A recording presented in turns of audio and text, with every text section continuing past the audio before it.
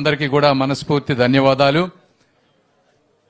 నేను చిన్నప్పటి నుంచి మొక్కల గురించి తెలుసుకున్నవి మూడు విషయాలు. ఒకటి, మనం ఒక విత్తనం నాటినప్పుడు అది విత్తనం భూమిలో ఉంటుంది, డార్క్నెస్ మధ్య ఉంటుంది, అన్నిటినీ ఛేదించుకొని బయటకు వస్తుంది, వచ్చి ఒక మహావృక్షమై ఎంతో మందికి నీడనిస్తుంది. మన జీవితం కూడా అలానే స్టార్ట్ అవుతుంది. కష్టాల నుంచి విత్తనం ఎంత చిన్నదైనా కూడా మహావృక్షంలాగా వెలగవచ్చు. కాబట్టి విద్యార్థులందరూ అదొకటి గుర్తుపెట్టుకోవాలి.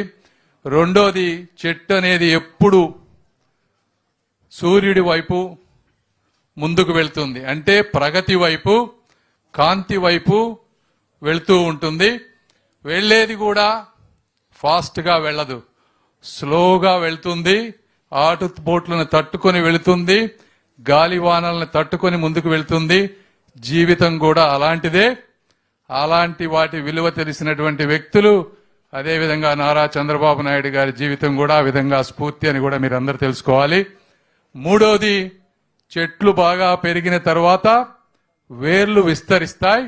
ఆ వేర్లు ఎవ్వరికి కనపడకపోయినా కూడా చెట్టుని బలంగా నించోబెడుతుంది.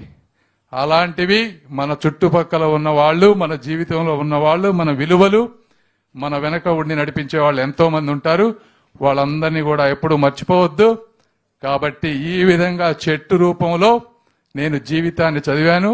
అలాంటి చెట్లు ఎన్ని ఉంటే ఈ ప్రకృతికి అంత మంచిది. ఈ అవకాశాన్ని ఇచ్చిన మీ అందరికీ కూడా నా హృదయపూర్వక కృతజ్ఞతలు. Thank you. ధన్యవాదాలు సార్.